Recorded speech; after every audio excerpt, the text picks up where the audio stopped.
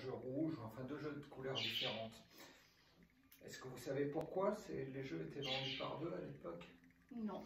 Alors bon, certains disent que c'est comme la théorie d'Aristote, l'athos et le pathos. L'athos et le pathos, c'est le cerveau et le cœur. Donc c'est pour ça que les jeux étaient vendus par 2. Étaient dans des boîtes et puis étaient vendus par 2. Donc il y en a un qui représente l'athos et l'autre le pathos, le cerveau et le cœur. Donc c'est plus le subconscient et puis le conscient. Désignez un jeu de cartes. Allez, rouge. Rouge? D'accord. Voilà. Prenez les cartes, mélangez-les s'il vous plaît.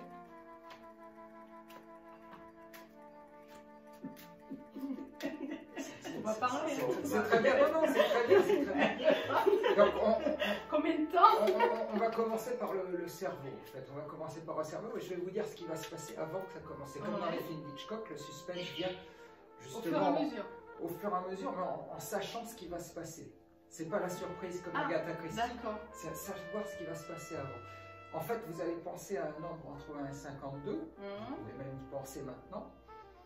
Et dans ces cartes que vous aurez en main tout le temps, il y a quelque chose qui va se passer. Puis dans ce jeu-là, tu vas choisir une carte au hasard, une carte plus tard.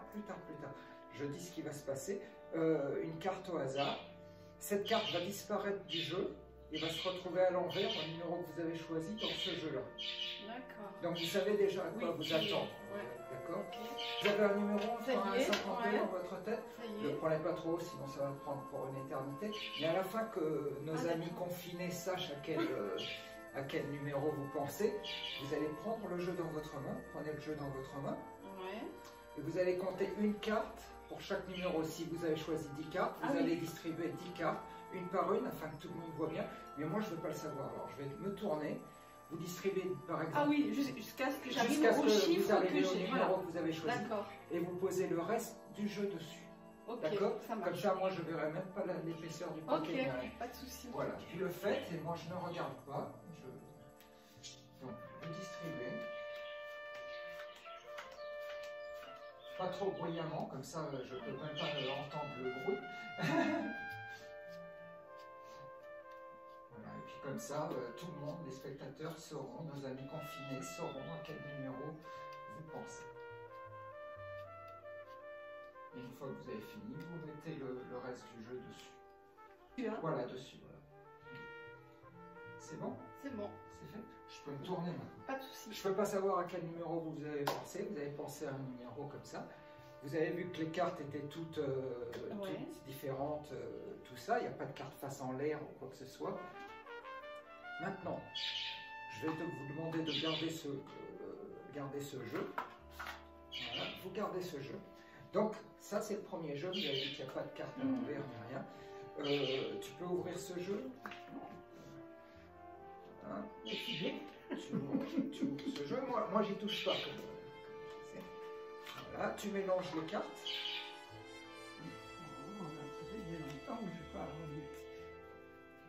Voilà. Les cartes sont mélangées. Voilà. Et donc là, on va choisir. Ça va être le cœur. Tu vas dire stop quand tu veux. Quand tu veux. Stop. Stop ici. Est-ce que tu veux cette carte-là ou alors une des cartes qui est là? Non, celle-là. Celle-là, t'es sûr? Aucune de ces cartes-là? Tu veux cette carte-là? Je veux celle-là. Je ne sais pas laquelle c'est, mais... Ben, moi non plus, mais c'est pas grave. Donc, regarde la carte que c'est. Tu la montres à nos amis confinés. Voilà. Et on va la remettre là, au-dessus du jeu. Maintenant, on va imaginer simplement qu'avec ce jeu-là, tu le prends en main, tu prends le jeu en main, t'imagines que tu prends une carte, la carte que tu as choisie, t'imagines simplement, t'imagines que tu prends la carte et que tu la mets à l'envers, tu mimes, tu sors une carte, la carte que tu avais choisie, voilà, c'est la carte que tu avais choisie, tu la tournes à l'envers et tu la mets à l'intérieur du jeu de Fabienne en imaginant. Voilà, pouf. Voilà, pas trop loin, comme ça on garde nos distances. Voilà. Alors, pour la première fois, quelle est la carte que tu avais choisie? 9 de carreau. Regarde si elle est toujours dans le jeu. Faut qu'il voit, non? Oui, enfin là c'est bon. Est-ce que tu vois le 9 de carreau à l'intérieur? Tu peux les mettre sur la table. Hein, tu peux les étaler, c'est pas grave. Il y a un 6 de carreau, ça ressemble à un 9, mais il y a moins de points. Il y a un 10 de carreau, il y a un 10. Tu vois un 9 de carreau? Non, il n'y a pas de 9 de carreau. Non. Alors le 9 de carreau a disparu du jeu. Ce que j'avais dit au départ. À quel numéro vous pensiez, Fabienne? Je le dis 30. 30. D'accord. Alors, ouvrez votre jeu. Sortez les cartes. Voilà. Prenez les cartes face en l'air, comme ça.